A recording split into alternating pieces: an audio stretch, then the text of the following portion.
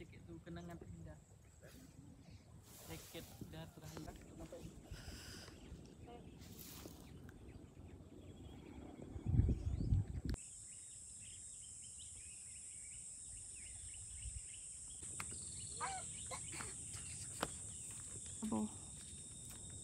Lebih milih itu ya kan?